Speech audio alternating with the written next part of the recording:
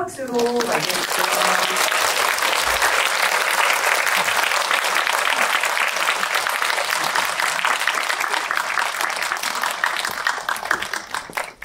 자리에 앉아서 시작하도록 하겠습니다.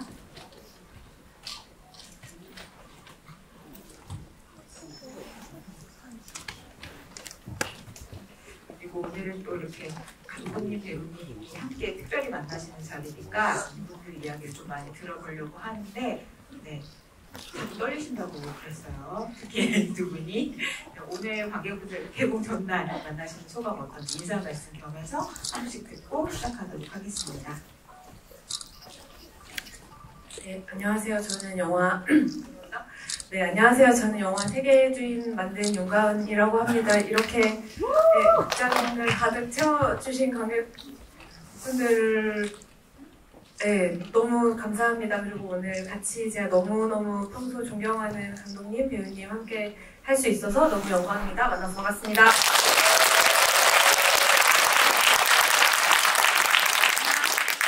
세계의 주인에서 주인 역할 연기한 서수빈이라고 합니다. 오늘을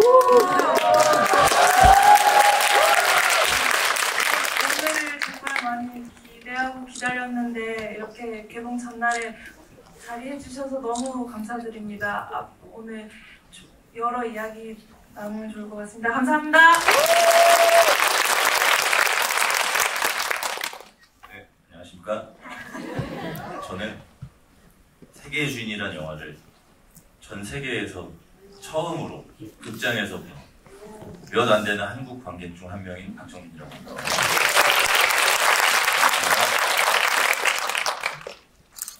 안녕하세요. 저는 윤가은이라는 이 시대의 거장과 동시대의 감독 생활을 하고 있는 연상호라고 합니다. 반갑습니다. 근데 아무래도 이제 특히 박정민 배우님, 연상호 감독님께 이걸 여쭤봐야 될 것 같은데, 그 토론토에서 누구보다 진짜 극장에서 영화를 빨리 보셨으니까 이 영화가 얼마나 좋은지 얘기하고 싶다 이런 마음이 근질근질 하셨을 것 같은데, 영화 어떻게 보셨는지, 또 박정민 배우님은 서수빈 배우님 연기 어떻게 보셨는지 이런 것도 얘기해 주시면 좋을 것 같아요. 아니, 영화 너무너무 재밌게 봤죠. 너무 재밌고. 제가 최근에 본 영화 중에 두 편 꼽습니다. 야, 이건 진짜 재밌다. 귀멸의 칼날, 세계의 주인. 이 두 편을 제가 최근에 본 영화 중에 가장 재밌는 영화다라고 꼽고 있습니다. 얼굴은요? 얼굴은 저는 너무 많이 봐가지고 사실 조금 막 재밌진 않았어요, 사실. 네. 저는 사실 세계의 주인이라는 영화를 이제 그때 토론토에서 극장에 가서 처음 봤는데 처음 이 초반 20분 동안 이게 뭐지? 라는 생각으로 좀 봤어요. 이게 무슨 얘기를 하고 있는 거야? 라고 하다가 점점 이제 그 사건의 중심으로 들어가면서부터 정말 이렇게 재밌으면 이렇게 등 떼고 보잖아요, 영화를. 그 자세로 끝까지 봤었어요. 예, 너무 원래 윤가은 감독님 팬이지만 더 뭔가 이제 팬클럽 회장하고 싶은 마음이 생길 정도로 윤가은이라는 감독에게 굉장한 리스펙을 이렇게 속으로 표하면서 봤고, 서수빈이라는 배우를 보고 그런 생각을 해봤습니다. 나의 옛날 모습을 보는 것 같다. 그런 비슷한 얘기인데 지금으로부터 14년 전에 파수꾼이라는 영화가 개봉을 했어요. 그때 나의 선배들이 그 영화를 보고 이재훈이라는 배우를 봤을 때 이런 느낌이었을까? 라는 생각을 했어요. 박정민이 아니라? 네. 왜냐면 그때 당시 이재훈이라는 배우가 너무 혜성같이 등장한 어떤 모든 신인상을 다 휩쓸고 했던 배우였기 때문에, 물론 저도 뭐 그 영화에 출연하면서 자부심이 있지만 그 선배들이 어떤 좋은 배우들을 독립영화를 통해서 발견했을 때 그 느낌이 이런 거였을까라는 너무 벅찬 마음이었었습니다. 예. 그러면은 서수빈 배우님은 앞으로와 10년 뒤에 이재훈 배우와 박정민 둘 중에 하나 선택하라면? 너무 어렵다. 대단하다. 노코멘트 아니에요. 하겠다요. 아니에요. 죄송합니다. 네. 아 근데 상 얘기가 나와서 그런데 일단 이거 하나는 축하하고 갈까요? 오늘 그 11월 19일에 열리는 46개 청룡영화상에서 최우수 작품상, 감독상, 각본상 연상호 감독님, 나무주연상 박정민 배우님 등 해서 얼굴이 총 10개 부문 후보에 올랐습니다.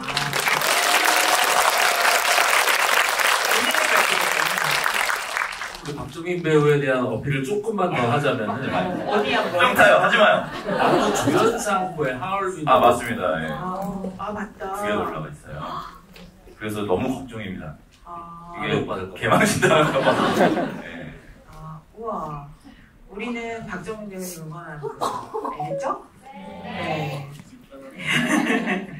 네. 아 근데 그럼 서수빈 배우님한테도 이거 여쭤보고 싶은데, 네. 떨지 마세요. 그 토론토에서도 배우님이 스크린으로 영화 본 건 처음이었죠. 네. 근데 이전에 카메라 앞에서 연기한 경험이 거의 없는데 감독님의 눈으로 이제 선택이 돼서 이 영화 찍은 거잖아요. 그 세계 관객들 앞에서 이만한 스크린에 연기가 나오고 자기 얼굴이 이만하게 나오고 하는 거 본 느낌이 어땠어요? 얼굴이 진짜 크더라고요. 그거 부담 진짜 크고 그 사운드도 너무 좋고 이렇게 제 목소리가 약간 갈라지는 것까지 다 들리고 이러니까 또 너무 부끄럽기도 하면서 너무 신기하고 그 관객분들의 그 호응이 그러니까 웃음을 되게 많이 웃으시더라고요. 그래서 저는 아는 내용인데도 같이 웃고 막 그랬던 신기하고 재밌었던 기억이 있어요. 관객분들이랑 같이 웃었던 장면 중에 제일 기억나는 장면이 뭐예요? 애정신 많이 웃으시더라고요. 너무 웃기죠. 애기야라고 하나? 그 대사. 그치. 아 그거는 나만 웃어. 그러니까 한국 사람은 웃었어. 아, 그거 같은 극장에서 네, 학생장에서 봤는데 이제 뭐 애기야 뭐 이러잖아요. 네. 그러니까 한국 사람들만 그걸 빵 터져서 웃고 네, 자막 보는 사람들은 이제 더 베이비 이런 거. 네, 베이비 뭐 이런 거 애기의 뉘앙스가 네. 더 그래서 그런가? 제가 이제 여기 감독님하고 배우분들 제 앞자리에서 봤거든요. 수빈 씨가 아마 이쪽 어딘가에서 봤던 걸로 기억하는데 초반에 엄청 제게 계속 봤거든요. 어떻게 보나. 근데 엄청 긴장해서 보더라고요. 입체적 관람을 하니까. 네. 근데 막 이제 영화가 막 무르익으면서 이제 이게 같이 이제 섞여서 보다 보면 이제 본인도 본인 영화를 즐기게 되잖아요. 그런 식으로 쫙 풀리고 저도 영화로 다 들어가는 그런 신기한 경험을 했었죠. 우와, 박정민 배우님의 그 시선이 너무 재밌네요. 그걸 다 걸쳐서 보시다니. 특히 이제 처음 경험하는 자리일 테니까 계속 이렇게 봤거든요. 되게 긴장하더라고요. 근데 또 배우님이니까 자기 나온 첫 영화 첫 스크린으로 보는 자리에 긴장이 뭔지 배우님이 더 잘할 거예요. 아 너무 잘하죠. 제가 부산영화제에서 파수꾼 영화 처음 봤거든요. 사실 뭘 보고 나왔는지 기억이 잘 안 나요. 너무 긴장했었어. 근데 뭐 워낙 너무 잘하셔가지고. 네. 근데 저도 이 영화 보면서 처음에 박 배우님이랑 비슷하게 내가 이 영화의 이야기 줄기를 어떻게 잡아야 되지? 하는 시간이 좀 있었던 것 같아요. 그러다가 하고 뭔가 감지가 되기 시작하면 앞에서 봤던 한 15분에서 20분 사이에 나왔던 단서들을 앞에 진행되는 이야기를 보면서 머릿속으로 또 내가 계속 그 단서들을 이렇게 되짚는 과정과 함께 영화를 보게 되는 것 같아요. 그러면서 더 면밀하게 그냥 영화를 보는 방식이 아니라 더 조심스럽게 그 사람과 세계를 살피는 방식이었던 것 같거든요. 근데 아마 이 이야기를 이런 형태로 하겠다고 마음 먹기까지 감독님도 이런 이야기를 이렇게 구성하신 거가 다 그 고민이 담겨있기 때문 아닐까 싶은데 어떤 고민을 정말 많이 하셨을 것 같아서 그 얘기를 좀 들어보면 좋을 것 같습니다. 저도 잊어먹고 있다가 오늘 그 낮에 인터뷰를 하면서 저도 생각이 난 건데 처음에 이 테마, 이런 이야기를 하고 싶다고 생각을 하고 이 이야기를 발전시켜 나갈 때는 제법 기승전결이 있는, 그러니까 처음에 어떤 사건이 뭔가 터지고 그걸 해결해 나가다가 어떤 클라이막스가 있는, 그리고 조금 더 장르적인 이런 이야기를 그런 구조를 생각했던 것 같아요. 근데 이제 그 구조 안에서 제가 계속 맴맴 돌고 써놓고도 찍기 싫고 뭐 이제 이런, 그러니까 이게 맞나? 이런 고민을 계속 하고 있던 찰나에 그 글쓰기 관련한 무슨 책을 봤는데 거기에 제가 정확히 그 작가님 성함이 기억이 안 나는데 그 당신이 종착역이라고 생각했던 그곳이 종착역이 아니라 첫 관문일 수 있다는 이야기를 봤어요. 근데 그게 저한테는 어떻게 들렸냐면은 네가 생각한 클라이막스가 아니라 도입이 돼야 된다는 말처럼 뭔가 들렸던 것 같아요. 그래서 사실은 이 이야기는 원래 주인이 같은 아이가 어떤 일련의 일을 겪고 그 자신의 일을 이야기하는, 그러니까 맨 처음에 이제 소호랑 싸우다가 이렇게 충동적으로 확 어떤 이야기를 하는데 이제 그 이야기가 사실은 클라이막스에 있었어요.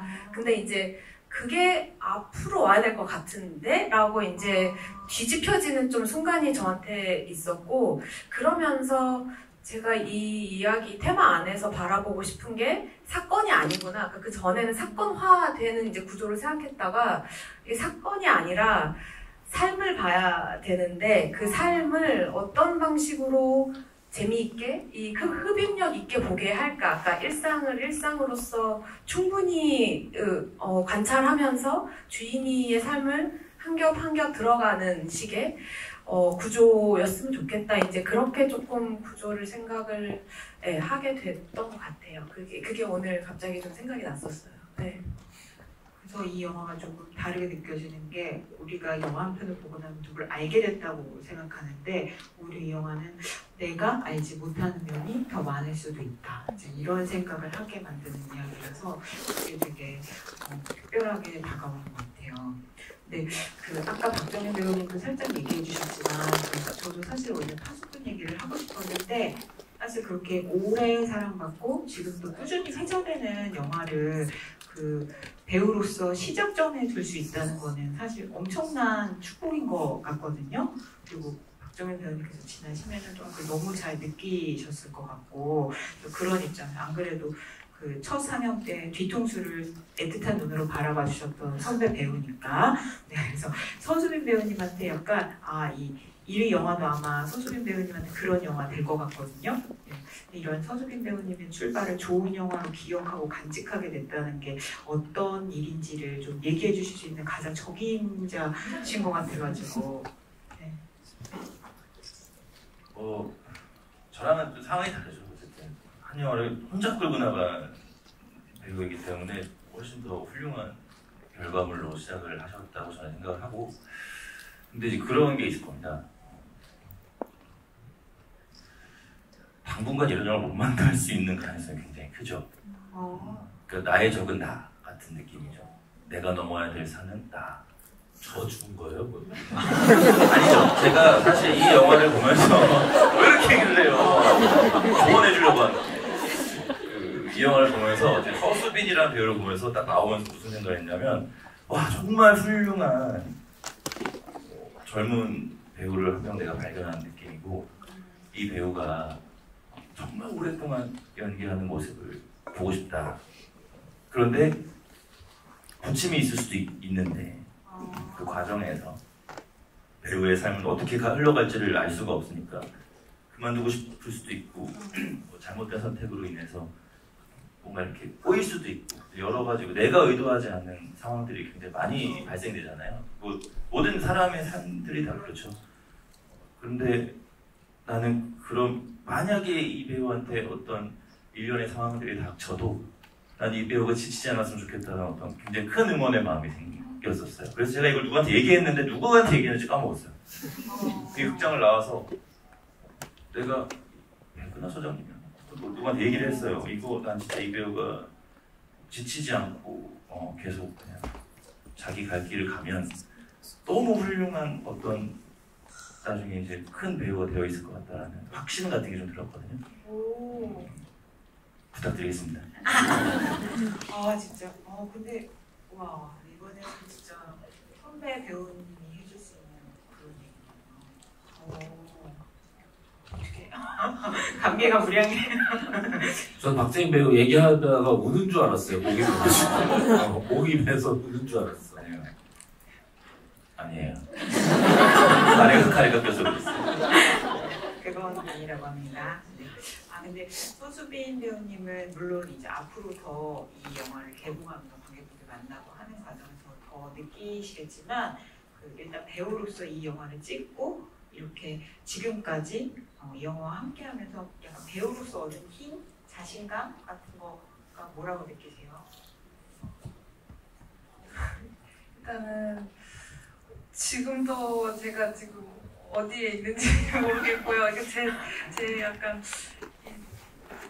밖에 나가는 느낌이에요. 제 몸에서 뭔가가. 그래서 너무 떨려가지고 아직 어떤 정확한 감각이 없는 느낌이지만 그래도 이거 하면서 어떤 영화의 주연을 맡은 책임감도 있지만 일단 감독님을 만날 수 있었다는 것이 배우로서 정말 큰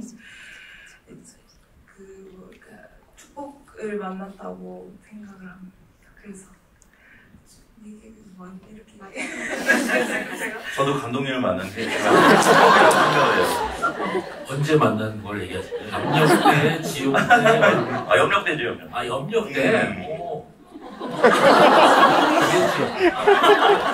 그냥요. 이렇게 끈끈한 근데 약간 색깔은 다른 감독님 배우님 사이를 볼 수 있다는 게 너무 흥미롭네요. 근데 사실 토론토에서도 두 감독님이 살짝 얘기하셨는데 그 두 감독님의 영화를 쭉 봐오신 관객분들이라면 더 느끼시겠지만 사실 두 분은 자기 색깔이 되게 분명한 감독님이시잖아요. 다른 사람이 쉽게 흉내낼 수 없는. 그래서 연정호 감독님은 주로 이제 어떤 주인공이 사회와 맺는 관계 속에서 어떤 응어리가 감정에 맺혀지는데 그게 이제 뭔가 지글지글 약간 응축되는 그런 에너지가 어떻게 폭발할 것이냐 이제 이런 극적인 영화를 만드시고 또 윤가은 감독님은 이제 한 인물과 그걸 둘러싼 세계를 정말 이제 면밀히 살피는데 마치 이제 그걸 보여줄 때 관객들이 어떤 연이나 벽이 없이 그 안에 가서 같이 느끼는 것 같은 그런 영화를 만드시는데 근데 그럼에도 불구하고 약간 어떤 면에서 얼굴과 세계의 주인은 감독님들의 전작이나 그 세계에 비춰볼 때도 약간 다른 걸 시도하신 변화를 보여주신 그런 작품이라고 할 수 있죠. 근데 사실 이 배우님들이 서로의 마음을 잘 아는 것처럼 감독으로서 새로운 걸 시도한다는 게 사실 되게 여러 방면에서 용기가 필요하고 또 되게 여러 가지 고민할 게 많다는 거를 서로 너무 잘 아셨을 것 같아요. 서로의 영화를 또 보셨고 하니까 그래서 그런 걸 어떻게 영화를 보면서 느끼셨는지를 좀 얘기해 주시면 좋을 것 같아요. 일단은 저는 어쨌든 여기 세계의 주인이라고 하는 영화의 자리니까 제가 봤던 거는 사실은 되게 윤가은 감독의 영화적 성향이 되게 들어가 있으면서도 낯설다 이런 느낌을 좀 받았고 이게 윤가은 감독님이 기자 간담회 때부터 시작해서 이제 스포에 대한 얘기를 많이 하셨는데 사실은 이제 저는 그런 부분이 좀 놀랐거든요. 왜냐면은 전체적으로 영화가 되게 이렇게 이제 시나리오적인 구조로서 전복의 미학을 가지고 있는 구조를 갖고 있다고 생각해요. 어떠한 사람들의 어떠한 이미지를 갖고 있게 하다가 그거를 이제 전복시키는 방식의 그 힘을 가지고 있기 때문에 사실은 이제 그 전복의 미학을 온전히 느끼기 위해서는 사실은 아무 정보가 없는 게 사실은 제일 좋죠. 근데 저는 이제 이 세계의 주인이라는 영화를 보고 예를 들면은 이제 극적 구조로서 비슷하다고 느꼈던 영화들을 좀 찾아봤어요. 세계의 주인하고 이거 내가 느끼는 어떤 전복적 미학이 가지고 있는 몇 개를 이거랑 비슷할까? 처음에 찾아봤던 게 4월 이야기, 이와이 슌지의 4월 이야기. 이와이 슌지 4월 이야기도 쭉 나가다가 이제 한번 뒷부분에 이제 확 전복시키는 게 있죠. 근데 4월 이야기보다도 저는 사실은 되게 더 정교한 방식으로 전복이 이루어졌다고 생각해서 저는 그럼 분명히 이 세계의 주인과 비슷하게 과거의 한국 영화 이런 전복의 미학을 가지고 있는 영화가 있었는데 라고 찾아봤었는데 오아시스랑 저는 되게 비슷하다는 느낌이 받았어요. 그래서 오아시스라고 하는 영화 보면은 약간 어떤 거를 관객들한테 상상하게 만들고 그것을 이제 한 번 정복시키고 두 번 정복시키고 이제 세 번까지 정복시키면서 이제 하는 그 구조가 되게 비슷해서 저는 사실 어떻게 보면은 제가 이창동 감독님을 아마 이창동 감독님의 영화를 처음 접했을 때 당시에 나이가 아마 한 20대였을 것 같아요. 20대였을 것 같은데 제가 봤을 때는 어떻게 보면 요즘 20대들에게는 이 세계의 주인이 그런 영화일 수 있겠다라는 생각이 들더라고요. 20대들이 느끼는 처음 만나는 거장. 뭔가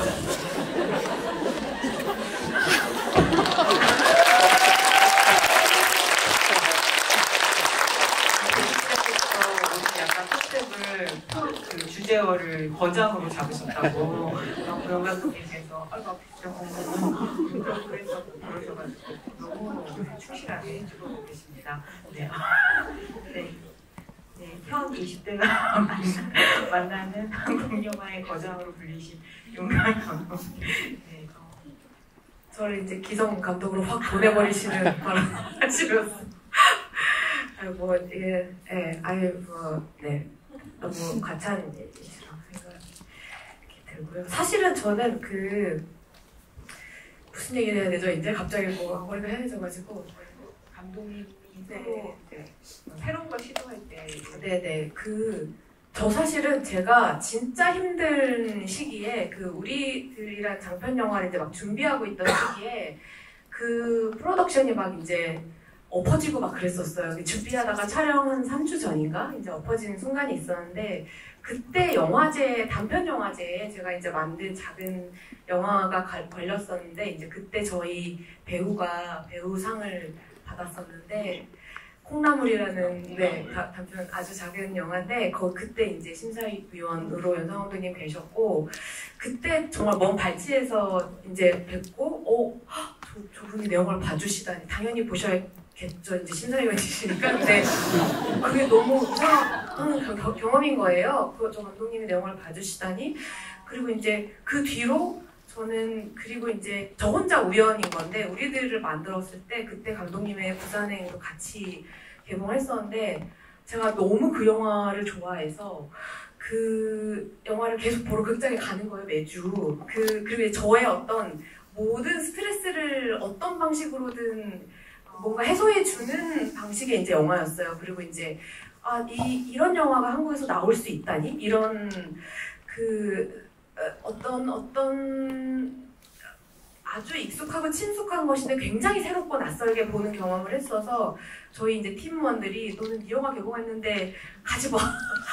막 이런 얘기도 할 정도로 이제 그랬던 감독님이고 저의 제가 되게 저의 취향 저격하는 사실은 시리즈와 작품을 계속 만들어 오셔서 계속 봐왔고 그랬는데 너무너무 새로운 작품을 들고 나와주셔서 제가 제일 많이 생각했던 건 어떻게 이게 가능하지 였어요. 그러니까 사실 토론토에서도 잠깐 감독님께 말씀드리긴 했는데 필모가 쌓일수록 그리고 이제 그 필모가 인정을 받을수록 특히 관객분들이 사랑해 주실수록 그것에 대한 어떤 무게나 책임이나 그리고 지금까지 사랑해 주셨던 것을 등지고 싶지 않은 마음과 새로운 것을 하고 싶어도 이 어떤 압박 때문에 사실은 못하게 되는 것 같거든요. 저는 고작 2개의 장편이 쌓였는데도 그래요. 이게 혹시라도 새로운 거를 시도했다가 예전에 받았던 만큼의 어떤 평가도 못 받게 될까봐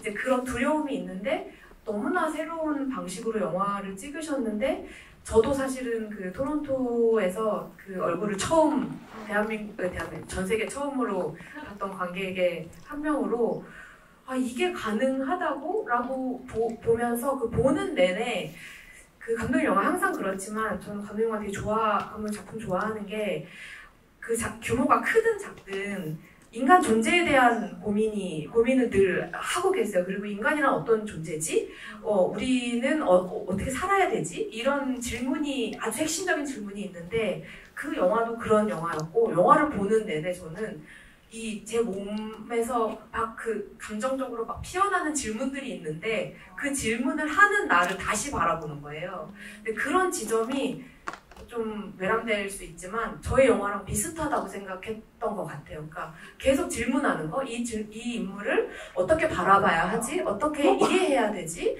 이런 질문을 영화 끝까지 하고 그것에 대한 답조차 이제 관객분들에게 온전히 그 질문을 온전히 넘겨주는 식의 체험을 해서 저 혼자 신뢰될 수 있지만 저 혼자 뭔가 우리 영화랑 뭔가 닮아 있을 수 있다 이런 생각을 너무 오래 얘기해서 죄송한데 갑자기 입이 터져가지고 그랬어요. 그때 너무 좋았어요. 그래서 지금 20대가 본 한국 영화의 버전 알아봐주는 버전. 한국 영화의 개의 제주꾼.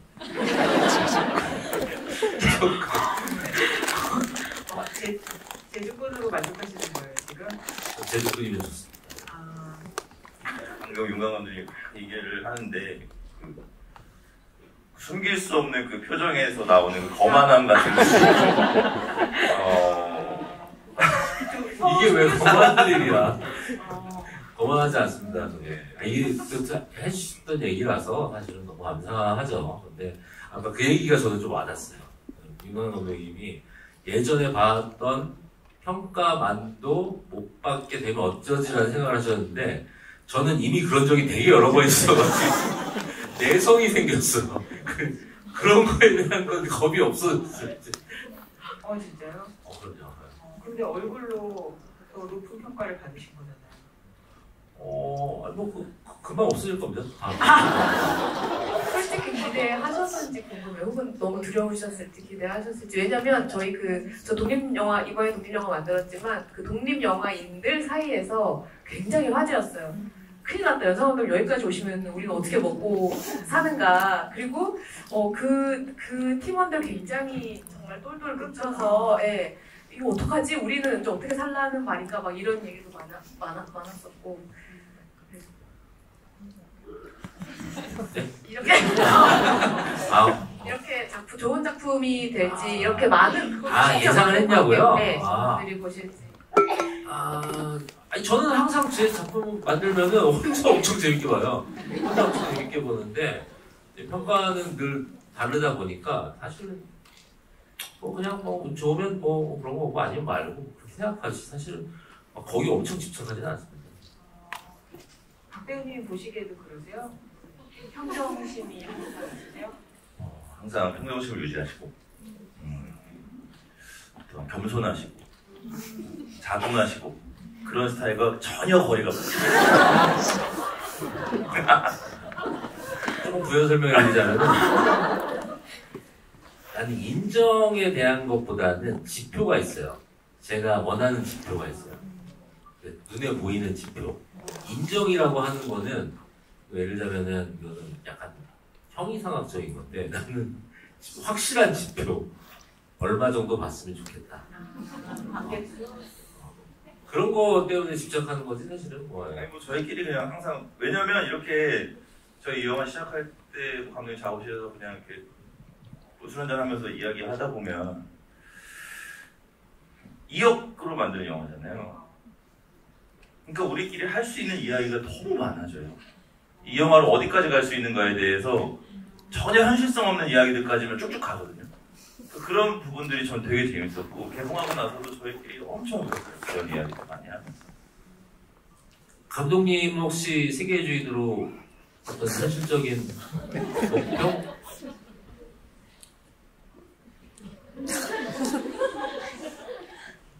영화 극장에서 손익분기점을 넘긴 적이 없어서 사실은 근데 제가 이 영화 만들면서는 그냥 딱 이거는 서수빈 배우랑도 이야기 많이 했는데 뭔가 모르게 이 어떤 테마나 이 하고자 하는 이야기의 방향 같은 게 제 의지가 아닌 것 같은 느낌을 제가 되게 많이 받았거든요. 진짜 이상한 경험이었어요. 저도 그렇게 영화를 만들어 본 적이 없는데 뭔가 이런 영화를 만들어야 될 것 같은데 이 세상에서 뭔가 근데 우리의 능력은 미천하지만 되는 데까지는 일단 만들어 봤으면 좋겠고 일꾼으로서 여기 이거에 충실하게 일하다 보면 어딘가 도달해 있겠지? 그러고 나면 진짜 처음으로 관객분들이 많이 보시면 좋겠더라고요. 그런 생각조차 못 해봤어요, 예전에는. 토론토에서 그 얘기가 나왔어요. 윤광 감독님이랑 이 영화는 제가 정말 질리도록 보는 영화들이 있거든요.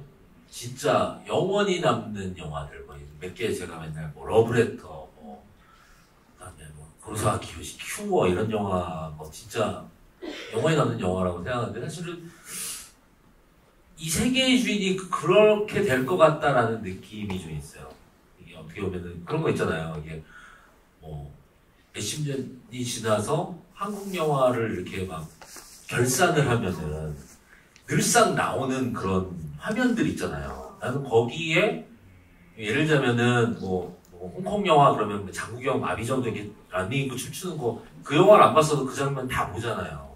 약간 그런 것처럼 이 세차장신 이런 게 한국 영화 결산 이럴 때 그 장면은 항상 들어가는 거지.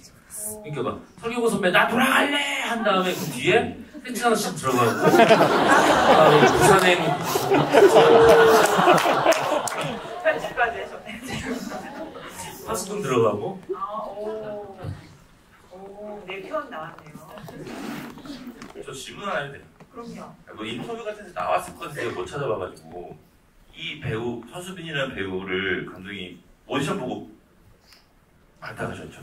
그때 어떻게 오디션 보셨어요? 그게 1차는, 그러니까 1, 2, 3차 이렇게 이런 식으로 봤는데 1차는 사실 오디션이라기보다는 1대1 미팅? 이렇게 해서 제가 이제 프로필, 그때 이제 저희 연출팀도 없을 때라서 저랑 이제 저희 캐스팅 디렉터님, 엄현숙 대표님이랑 우리들 때부터 계속 도와주신, 특히 어린이 청소년 역할 많이 도와주신 분인데 그분이 20대 젊은 배우분들도 굉장히 많이 알고 계셔서 프로필을 제가 직접 보고 이 친구 좋을 것 같아요. 그럼 이제 1대1 미팅을 한 20분 정도 진행을 하는 기간이 한 2, 3개월 정도를 아주 인텐시브한 아침부터 시작해서 저녁까지 이제 계속 20대 배우들을 만나는 거죠.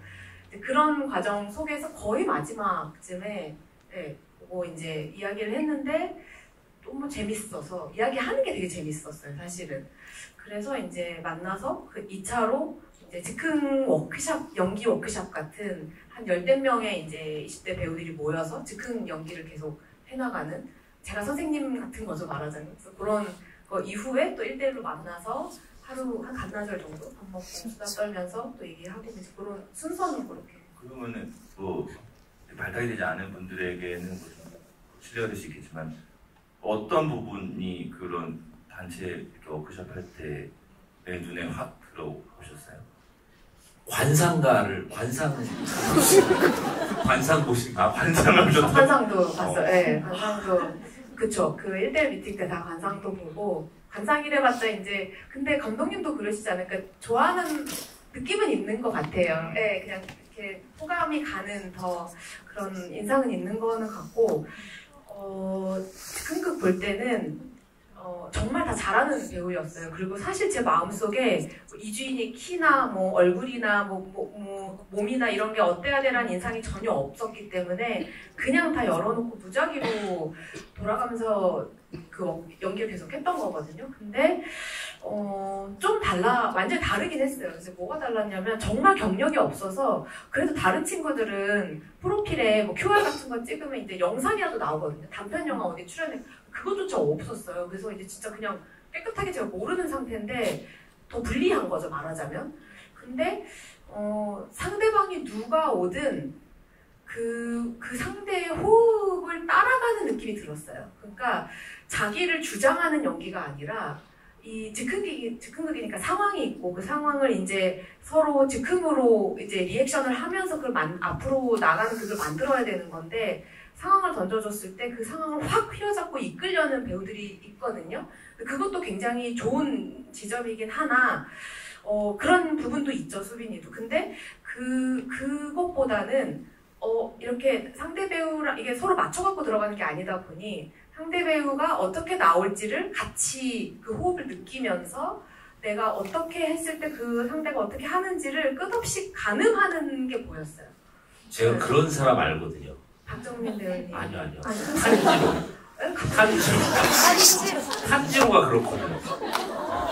그러네. 탄지로 정확하네요. 탄지로 같은 배우. 탄지로네요.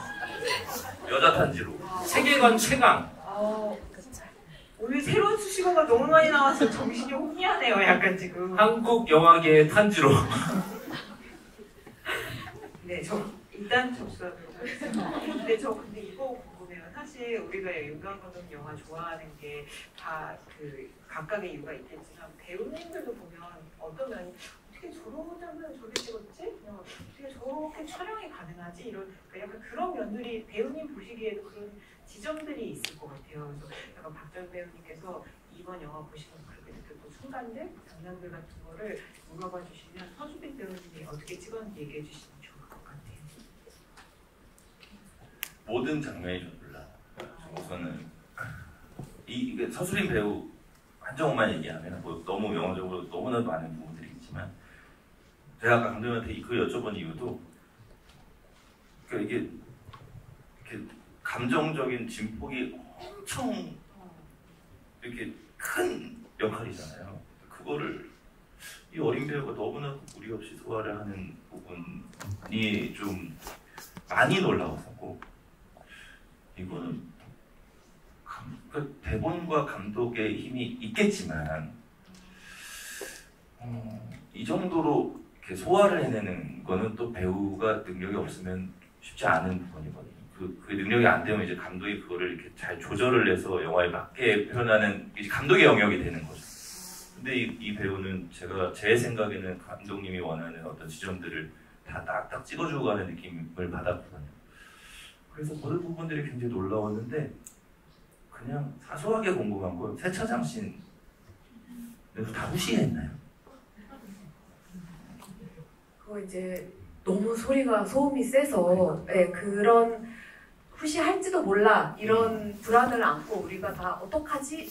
하지만 일단 찍어야지 뭐 이제 이런 이미지라도 이렇게 했는데 다행히 후시를 동시 썼어요? 네. 동시를 너무 저희 기가 막힌 동시. 나는 저거 후시면 저거 어떻게 했을까가 굉장히 궁금했어요. 후시면 그 감정이 저렇게까지 안 돼. 저렇게 안 나와요. 무조건 그거는 후시가 불리한 신인데. 서배우님, 박 배우님이 얘기해주신 배우가 그 큰 역할의 감정폭을 알아서 약간 찍어주는 느낌이 있었다 이런 거에 대해서 어떻게 답하실 수 있어요? 그냥 저는 뭔가 감정의 폭이 크다고 생각을 하고 준비하지는 않았던 것 같아요. 시나리오 읽었을 때 뭔가 그냥 세차장 씬이 그냥 저에게는 좀 부담스러웠었고 그냥 그리고 그 준비 과정에서의 어떤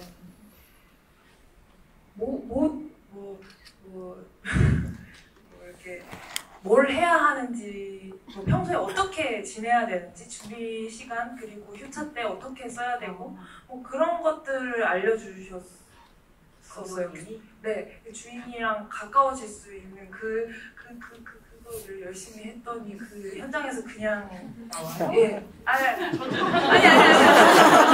탄지로라니까. 왜 뭐? 아니, 제가 뭘 알려줬다기보다는 서수빈 배우 처음이니까 그리고 이 인물이 감히 표현하기가 힘들어서 이거를 실제적인 뭐 자료조사를 가지고 덤빌 수 있는 것도 아니고 사실은 그 감정의 깊이를 아무리 이해한다 한들 저도 그러니까 이게 되게 어려운 게 저는 제가 주인을 모른다고 생각했어요. 이걸 쓰면서도 나도 몰라 이 인물을 끝까지 모를 인물인데 네, 인물인데 어느 정도까지 드러내야 하지에 대한 고민이 저한테 있었는데 이거는 배우한테 너무 큰 짐이죠. 근데 서수빈 배우가 너무 처음이라 부담스럽고 긴장되니까 찾고 이제 자기 알바도 해야 되고 뭐 이제 여러 가지 일들이 있는데 쉬는 시간이 되면 저희 처음에 이제 프로덕션 오피스 있는데 거기 주변을 계속 맴돌고 있는 거예요. 그냥 방황을 하는 거죠. 그 건의로요? 길거리를 그냥 그래서 너 어디니? 그러면 이제 거기라고 그냥 그 사무실 주위를 맴돌고 있는 거예요. 영원히. 그냥 걸었어요? 그거를? 그거를 메고 그냥 나 자꾸 나와 있어서 그냥 너의 삶을 살아라 이렇게 얘기를 한 번밖에 없었는데 이제 너무 불안하니까 그랬는데 이제 그러지 말라고 감독님께서 그냥 너무 자꾸 무거워지는 거예요. 제가 준비하면서 너무 부담되기도 하고 그런 게 보이셨는지 그러지 말고 그냥 일상을 살아라고 작품과 관련 없는 친구들 만나고 잘 먹고 잘 자고 책 읽고 영화 보고 평소처럼 하는데 다만 그걸 좀 더 열심히 하라고 해주셨고 그 주인이랑 계속 가까워진 시간을 보내다 보니까 그 현장에서 감독님이 상황을 되게 디테일하고 섬세하게 저한테 말씀을 해주셨는데 그 상황 속에 계속 제가 들어갈 수 있게끔 계속 안내를 해주셨어요. 그렇다 보니까 그냥 이렇게 화가 나고 막 잘 그 수호 역할한 김정식 배우가 이제 그 현장에 오면 막 화가 나기도 하고 저절로 좀 그런 게 생겼던 것 같아요. 두 분은 왜 그러세요? 웃을 거면 얘기하고 웃으세요. 저희에게는 일어나지 않았던 이게 무슨 소리지? 대본을 가방에 넣고 거닌다든가 너의 삶을 살아라라고 한다든가. 저는 박 배우의 삶을 살아라는 얘기는 많이 하는데 이렇게 자연스럽게 그 인물로 들어갈 수 있는 어떤 상황을 설명해 준다던가. 저는 좀 방해하는 편. 허들을 만들어서 제가 언제 또 한번 저희 얼굴 지고 있때 얘기했던 거 나는 끝까지 그 엄마의 사진을 촬영 때 보고 싶었는데 이거 봐! 하고 잘 나왔지? 그거가 거기서 보면 그게 너무 몰입이 될까봐 박 배우의 삶을 살아라. 그래서 잘 제 삶을 살았습니다. 아니 좀 후보도 되고 성경 홍보도 되고 얼마나 좋아. 삶을 살았는데. 뭐 영화를 만드는 방식은 또 여러 가지가 있으니까 네 그렇겠죠. 네 그럼 관객 질문도 오늘 받아보려고 하는데요. 오늘 질문 해주시는 분께는 그 윤가은 감독님, 서수민 배우님 사인하신 포스터 드리도록 하겠습니다. 연상호 감독님께서 한번 골라주세요. 하나, 둘, 셋. 거기 하얀 옷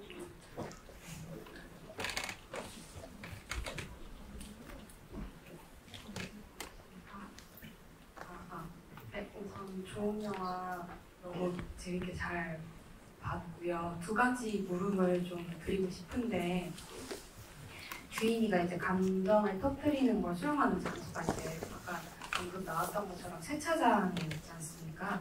이 스페이스 설정에 대한 특별한 이유가 있으신지와 더불어서 그 씬에 이제 로데이크가 참 인상 깊었고 그리고 주인이가 막 발산을 하다가 세차가 마무리될 때 진정을 이렇게 차츰하더니 엄마가 자연스럽게 휴지를 건네고 물을 건네고 한 바퀴 더 돌까라는 질문을 하는 게 저는 이제 너무 다정하고 상냥한 다독임 같았는데 관객이 여기서 이제 어떤 심상을 느끼길 바라시면서 짠 씬인지 좀 궁금하고요. 다른 하나는 이제 포스터도 그렇고 극 중에 이제 주인의 집에 장미가 등장을 하는데 이제 장미가 문학적으로 은유하는 바가 여러 의미가 있는데 이게 세계의 주인의 경우에서 어떤 의미인지 감독님 피셜로 좀 듣고 싶습니다. 감사합니다. 네, 일단 질문해 주셔서 너무 감사합니다. 영화를 세심하게 봐주신 것 같아서 너무너무 감사드리고요.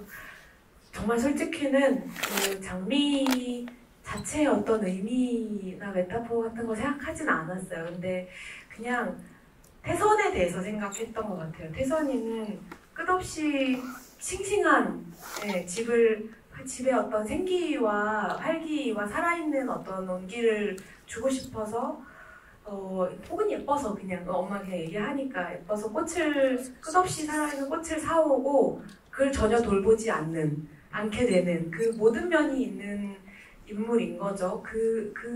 돌보지 않게 된다기보다 돌보지 못하게 되는 너무나 삶에 치이기도 하는 그런 태선이를 표현해보고 싶어서 이제 장미는 사실은 들어왔던 거고요. 꽃이 장미가 된 이유는 그 여러 꽃들 중에 저희가 미술 감독님이랑 상의를 할 때 좀 촌스러운 꽃이면 좋겠다는 얘기를 했어요. 근데 요새는 장미만 이렇게 잘 안 하잖아요. 너무 화려하고 예쁜 꽃다발들이 많은데 그냥 조금 올드한 촌스러운 느낌이 나는 태선이 정말 어렸을 때 좋아했을 것 같은 그런 꽃이면 좋겠다 이런 생각을 하면서 이제 장미가 결정이 됐고요. 세차장 장면은 주인이가 영화에 딱 한 번 그 주인이가 어떤 고난을 지금까지 겪어왔을지, 어떤 비극적인 사건 이후에 어떤 종류의 고통을 통과했을지는 우리가 다 보여줄 수 없겠지만 딱 한 장면은 주인의 입에서 뿜어져 나오는 고백 같은 그 상처에 대한 고백이 있으면 좋겠다는 생각은 있었고 그것이 차 안이기를 바랬어요. 왜냐면 이것은 저의 자전적인 경험이기도 한데 제가 이제 엄마가 운전하시는 차에 조수석에 탄 인생이 좀 길었고 그랬을 때 그 차를 타면 예전에 전 지금 이제 엄마랑 되게 친한데 엄마랑 그렇게 친하지 않았던 것 같은데 차만 타면 그렇게 자꾸 비밀 얘기를 하게 되더라고요. 그러니까 좀 편안한 상태의 어떤 이야기들을 하게 되는데 그게 나중에 알았어요. 무슨 책을 읽다 보니 차라는 공간 자체가 폐쇄된 공간이잖아요. 그리고 이제 그 차 안에 있는 인물 그게 뭐 둘이니까 모녀니까 둘이 서로의 눈을 바라봐야 된다는 부담 없이 자신의 이야기를 폐쇄적인 공간, 은밀한 공간에서 할 수 있는 공간이고 그리고 끝없이 차창밖 환경은 변하잖아요. 그러니까 환기가 되는 거죠. 끝없이. 그러니까 이야기를 털어놓기에 그리고 특히 비밀스럽고 복잡하고 불편한 이야기를 털어놓기에 좀 좋은 장소라는 이야기를 나중에 읽었는데 그런 작용을 하는구나라는 생각 때문에 차 안이길 원했는데 그럼 이 차를 운전 중에 이런 얘기를 할 수 있을 것인가 뭐 이런 고민을 하다가 주인이가 엄마한테 이렇게 발작적으로 화를 내고 왜 나를 챙기지 않았어 라고 말하는 이 순간이 이 모녀에게 얼마나 많았을까 이 고민을 하기 시작했던 것 같아요. 이것은 절대 처음이 아니고 마지막도 아닐 것이고 살아오면서 어떤 순간에 주인이가 그것을 있는 힘껏 토해냈을 때 그 순간에 어떤 한기가 일어나서 주인이가 다시 그 순간을 넘기면서 앞으로 갈 수 있었을 거고 그것을 엄마가 사실은 태선이도 부모로서의 죄책감과 이제 견딜 수 없는 아픔이 있겠지만 그것을 온전히 받아내는 순간 그런 자리를 이제 그렇게 마련했으면 좋겠다 해서 끝없이 어디를 갔으면 좋겠는데 그 장소를 물색하다가 아주 큰 소음이 있는 곳으로 갔으면 좋겠다고 생각했어요. 그래야지 주인이가 안심하고 자기 소리가 이것에 묻혀서 들리지 않아도 될 만큼 하지만 엄마는 이미 알겠죠. 반복된 것이니까. 그런 장소를 생각하다가 자연스럽게 세차장이 됐고 제가 이거 찍고 나서 좀 놀랬던 거는 이 수인 배우랑 뭔가 이렇게 뒷깎이를 맞추진 않았어요. 그러니까 뭐 어디서 울었다가 어디서 뭐 이거를 뭐 정확히 닦고 뭐 이렇다기보다 아주 뭉뚱그려서 언제쯤 이게 뭐 롤링이 될 때쯤은 조금 더 올라갔으면 좋겠는데 감정에 따라서 일어나야 되는 작용이니 뭐 이제 이런 식으로만 부탁을 드렸는데 그게 밖에 이제 세차장이 돌아가는 이 코스가 뭔가 기적적으로 뭔가 맞아진 느낌을 나중에 편집실에서 보면서 느꼈어요. 저는 이게 뭐 저는 그렇게 느꼈다는 거 그렇게 안 느끼신 분들도 계시겠지만 그래서 이제 그냥 그런 순간들이 좀 있었습니다. 세차장 씨도 테이크 갔어요? 6번. 죄송합니다. 안 힘들었어요? 마지막에는 좀 마지막이었으면 좋겠다라고 생각합니다. 그 마지막 테이크 썼던 것 같아요. 그 마지막 그 전 테이크 이렇게 썼던 것 같아요. 그렇구나. 박정민 배우님이 이번 질문자 선정해 주세요. 하나, 둘, 셋. 너무 질문을 하고 싶어 하시는 것 같아요. 서 계시고. 이제 여기 관객분들 서로 친구한테 오늘 세차장 가자. 그러면 이제 중요한 얘기하는 거예요. 이거처럼 세차장 좀 하고. 세차할 때 됐어? 네. 안녕하세요. 저는 경기도 평택에서 3시간 운전하고 온 박담이 엄마 박담현입니다. 박임영희입니다. 네, 다름이 아니고 서수빈 선생님과는 제가 개인적으로 인연이 있는데 우리 아이가 초등학교 때 지역아동 돌봄센터에서 선생님을 해주셨어요. 우리 아이를 가르쳐 주셨는데 되게 그런데 갑자기 이제 초대를 받고 여기 왔는데 지금 우리 아이는 중학교 1학년 여자아이가 되었고요. 근데 갑자기 키스를 하셔가지고 너무 감사합니다. 영화 시작하자마자 경쾌하게. 근데 우리 초등학교 때 우리 아이를 가르치면서도 영화인의 꿈을 꾸셨는지 궁금하고 또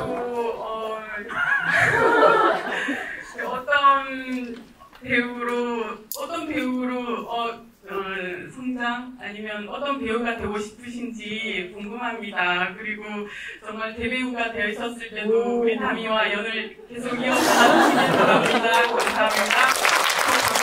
이거 여쭤보고 싶은데 대답해 줄 수 있어요? 선생님 하실 때 서수빈 배우님이랑 영화에 나오는 서수빈 배우님 모습이랑 어때요? 비슷해요? 정말 상상도 할 수 없는 다른 모습이에요. 되게 여자 하시고 정말 다소곳 하시고 그러시거든요. 저런 모습 너무 깜짝 놀랐어요. 진짜 너무 깜짝 놀랐습니다. 내가 보기에는 키스에서 아직 헤어나오지 않았을 것 같아요. 선생님의 키스라는 것도 되게 다른데. 어떤 배우가 되고 싶으신지? 안 그래도 제가 오시기 전에 좀 말씀을 드려야 되나라고 생각을 하긴 했는데 모르고 보시는 게 더 뭔가 재밌지 않을까 해서 말씀을 안 드려도 좀 죄송합니다. 그때 담이랑 같이 지낼 때도 계속 배우의 꿈을 꾸면서 일을 했었는데 그때 이렇게 연락이 왔더라고요. 담이가 너무 축하드린다고 시사회 혹시 몇 명을 뽑아 주시는지 연락이 오셔서 그러면은 여기 와달라고 했더니 이렇게 평택에서 여기까지 늦은 시간에 이렇게 와주셨는데 너무 감사하고요.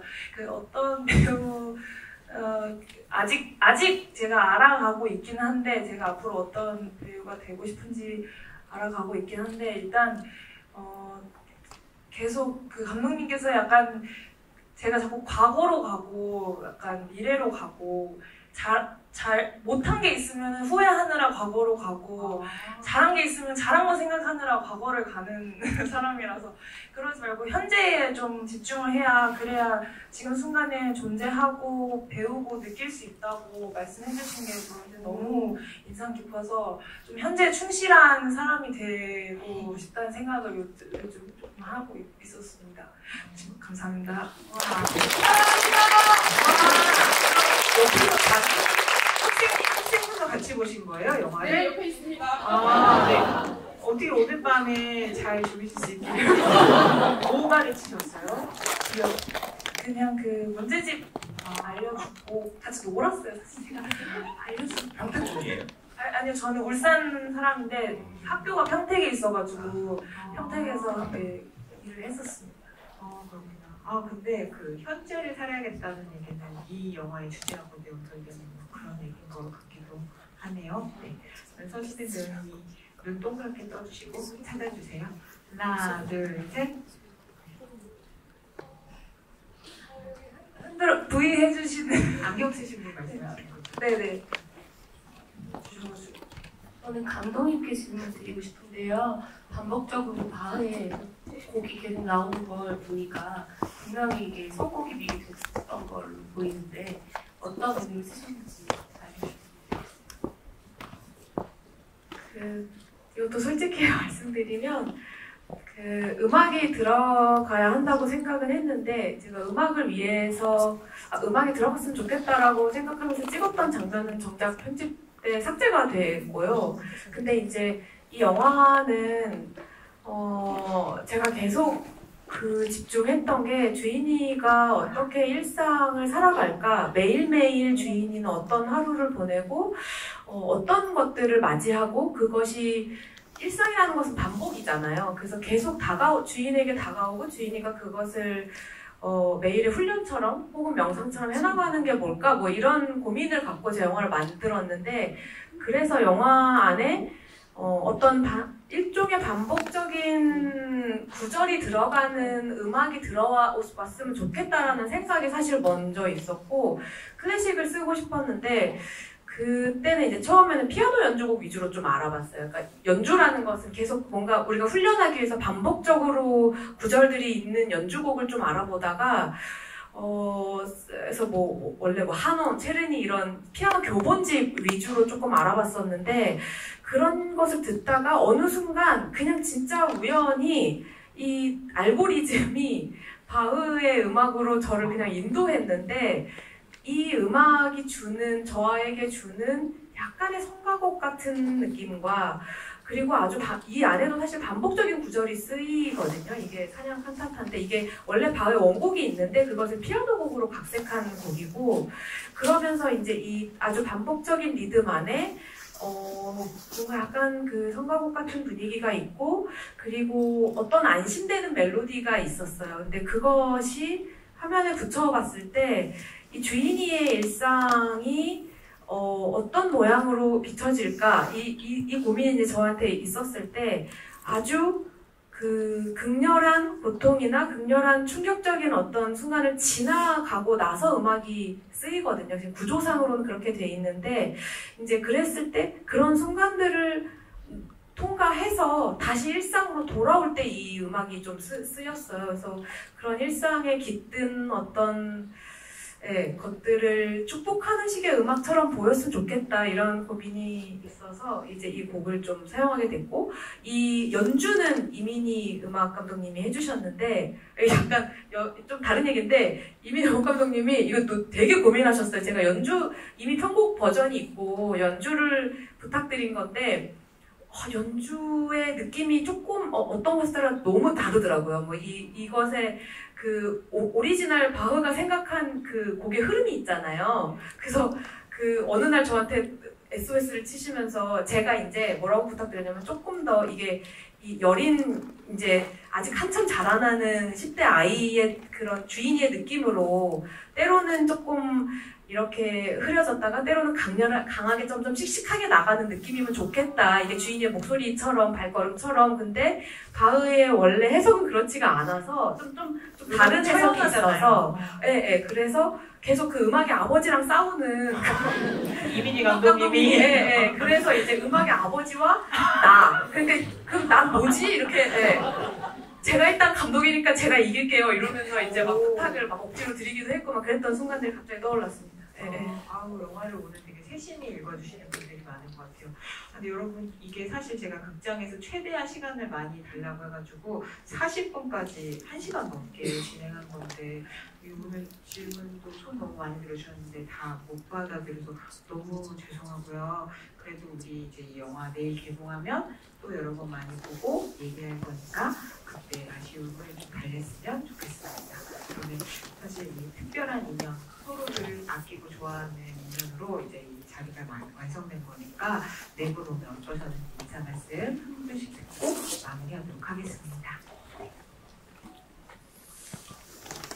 저는 그렇게 생각합니다. 왜 이게 얘기가 아닌데 왜 지금도?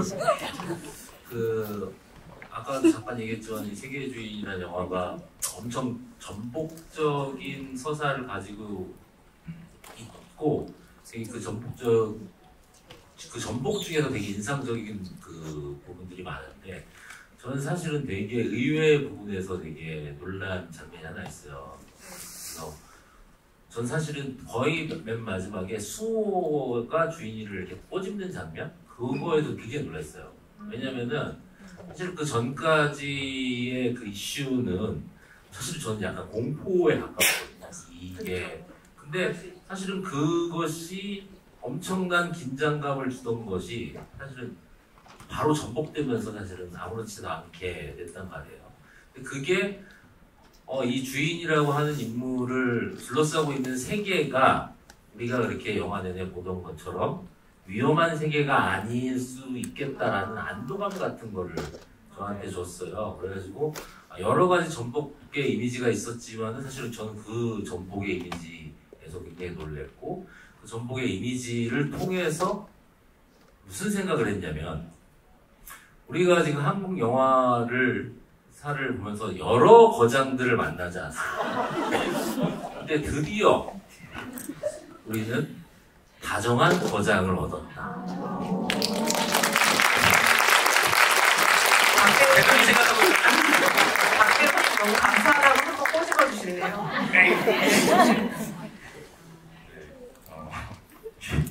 참. 네, 저는 이 영화 개봉하면 또 영화를 볼 예정이고요. 사실 윤강 감독님은 제가 꽤 오래전부터 팬이었어요. 뭐 기억하실지 모르겠지만 저는 감독님 단편 영화 현장에도 한번 놀러 간 적이 있었고 그 콩나물로 상 받으실 때는 제가 사회자였었고 뭐 그리고 그 뒤로 뭐 영화 개봉하실 때도 멀리서 윤강 감독님이다 하고 혼자서 되게 설레어했던 팬이었는데 사실 만날 일 없을 줄 알았습니다. 그 뭔가 이렇게 감독님과 인연이 닿을까라는 어떤 약간 포기 같은 걸 하고 있었는데 우연치 않게 이 영화를 통해서 감독님을 좀 만날 수 있게 된 것에 우선 이 영화에 굉장히 감사하고 앞으로도 정말 좋은 영화 계속 만들어주셨으면 좋겠고 룸이 좀 있으면 저도 좀 껴주시면 내가 배우라고 그런 생각 할 것 그렇죠. 같아요. 예.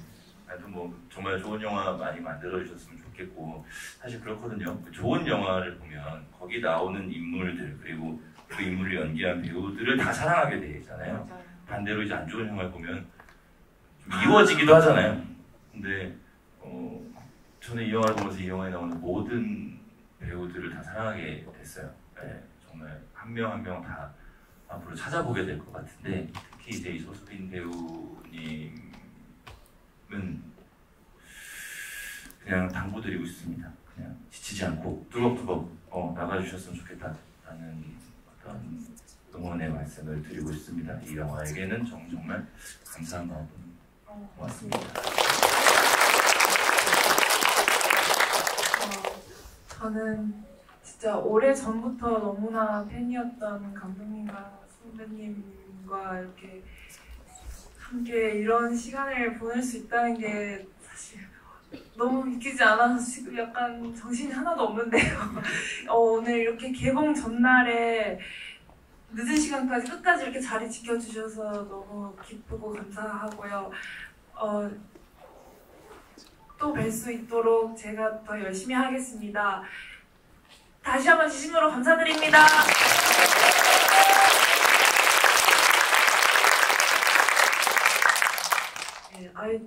네, 너무 감사드리는 마음이고 제가 언제 또 이런 기회가 올지 모르겠는데 진짜 영광스러운 자리였던 것 같아요. 저희 두 분의 영화를 토론토에서 처음으로 봤던 그 순간도 그렇고 내가 영화계에서 정말로 좋아하는 감독님, 배우님들께 내 영화를 선보여줄 때가 제일 무서운 마음이 드는 것 같아요.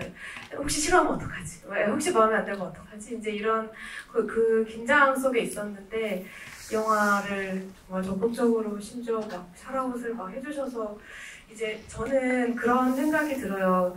이게 뭐 저에 대한 뭐 칭찬이나 이 영화의 뭐 만듦새에 대한 그런 어떤 찬사라는 느낌이 전혀 그런 게 아니라 저희가 어쨌든 부족하지만 이 영화 안에서 해보고 싶은 이야기나 이 영화 안에 담고 싶은 인물들이 있었거든요. 그 인물들에게 그 실제 지금도 이 순간을 살아가고 있을 주인의 친구들, 주인의 가족들의 손을 잡아주시는 것처럼 저는 느껴져요. 그게 너무너무 감사드리고 여러분들도 오늘 그 손을 잡아주셔서 너무 감사합니다. 네, 돌아가셔서 주변 분들과 다정한 이야기들 다시 한번 주변 사람들 다시 한번 만나는 순간들을 맞이하셨으면 좋겠습니다. 네, 진심으로 감사드립니다.